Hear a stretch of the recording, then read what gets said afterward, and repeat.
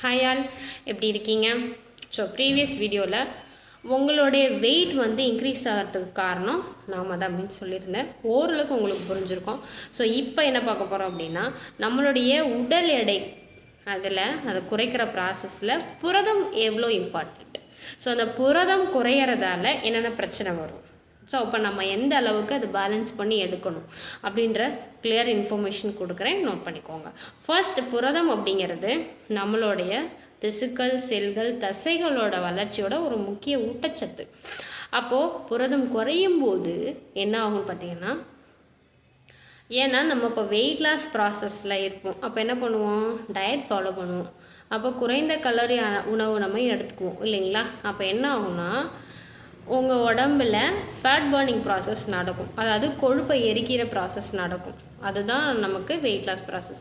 அப்போ கொழுப்பை எரிக்கும் போது நீங்கள் சாப்பிட்ற சாப்பாட்டில் புரதம் போய் சேரணும். நீங்கள் கரெக்டான புரதம் கொடுக்கலன்னா சதைக்கு அடியில் இருக்கிற நாரில் இருக்கிற புரதத்தை எரிக்க ஆரம்பிச்சிடும்.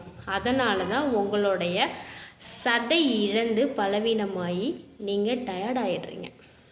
ஸோ சோர்வு இல்லாமல் போயிடுவீங்க, சுறுசுறுப்பு இல்லாமல் போயிடுவீங்க. அதுக்கப்புறம் என்ன ஆகும் அப்படின்னா, உங்களால் எந்த வேலையிலும் கவனம் கொடுக்க முடியாது, கவனச்சிதறல் வரும். ஸோ அடுத்து என்ன ஆகும் அப்படின்னு பார்த்தீங்கன்னா, இது கண்டினியூ ஆகிட்டே இருக்கும்போது அதிகமாக பசி எடுக்க ஆரம்பிச்சிடும். ஸோ அதிகமாக பசி எடுத்தால் என்ன பண்ணுவோம், நம்ம என்ன இருக்கோ அதை சாப்பிட்ருவோம். இப்போ நம்ம டயட் ஃபாலோ பண்ணுறோம், ஸோ பசி எடுக்குது, என்ன இருக்கோ அதை சாப்பிடும்போது என்ன ஆகும், வெயிட் இன்க்ரீஸ் ஆகும். ஸோ இதனால தான் நான் வெயிட் லாஸ் பண்ணுறேன், ஆனால் எனக்கு வெயிட் இன்க்ரீஸ் ஆகிறதுக்கு காரணம் இதுதான், நோட் பண்ணிக்கோங்க. ஸோ நெக்ஸ்ட்டு என்ன ஆகும் அப்படின்னு பார்த்தீங்கன்னா, நிறைய பேருக்கு ஹேர் ஃபால் ஆகும்.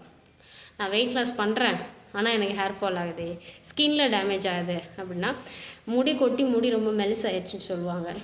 ஏன்னா ஸ்கின் என்ன ஒரு மாதிரி உலர்ந்து போயிடுச்சு, டல்லாக இருக்குது அப்படின்னு சொல்லுவாங்க. ஏன்னா இது எல்லாமே ஸ்கின்னு, ஹேருக்கு தேவையான கொலாஜின், பயோட்டின் எல்லாமே நமக்கு சாப்பிட்ற புரதம். இது எல்லாமே புரதம். அப்போ புரதம் தேவையான அளவுக்கு நீங்கள் கொடுக்கலன்னா, ஸோ இது எல்லாமே டேமேஜ் ஆக ஆரம்பிச்சிடும். நெக்ஸ்ட்டு பார்த்திங்க அப்படின்னா, ஈஸியாக நெக்ஸ்ட்டு சில பேர் வெயிட் லாஸ் பண்ணுறவங்களுக்கு இந்த சதை தொங்குற மாதிரி ஃபீல் பண்ணுவாங்க. ஏன் அப்படின்னா, நம்ம சாப்பிட்றதுல புரதம் பற்றாக்குறை இருக்கும்போது நான் முன்னாடி சொன்ன மாதிரி தசை நாரில் இருக்கிற புரதத்தை எடுத்து எரிக்க ஆரம்பிச்சிடும். அப்போது அந்த வெயிட் லாஸ் பண்ணுற ப்ராசஸில் இருக்கிறவங்களுக்கு அந்த தசை தொங்குற மாதிரி இருக்கும். ஸோ இதுதான் ரீசன். அப்போ இதை நான் எப்படி ஓவர் கம் பண்ணுறது அப்படின்னா, ஸோ உங்களுக்கு எந்த அளவுக்கு புரதம் தேவை. ஸோ நான் ஒரு 5 இயர்ஸாக வெல்னஸ் கோச்சாக ப்ராக்டிஸ் பண்ணிட்டு இருக்கேன். ஸோ இம்மிடியேட்டாக என்னோடய நம்பருக்கு நீங்கள் காண்டாக்ட் பண்ணிங்க அப்படின்னா, உங்களுடைய வெயிட்டுக்கு எவ்வளோ புரதம் தேவை, ஸோ அதை எந்த மாதிரி சோர்ஸ்லேருந்து நீங்கள் எடுத்துக்கலாம், எப்படி நீங்கள் பிரித்து சாப்பிட்ணும் அப்படின்ற கம்ப்ளீட் உங்களுக்கு பர்சனலைஸ் டயட் பிளான் கொடுக்குறேன்.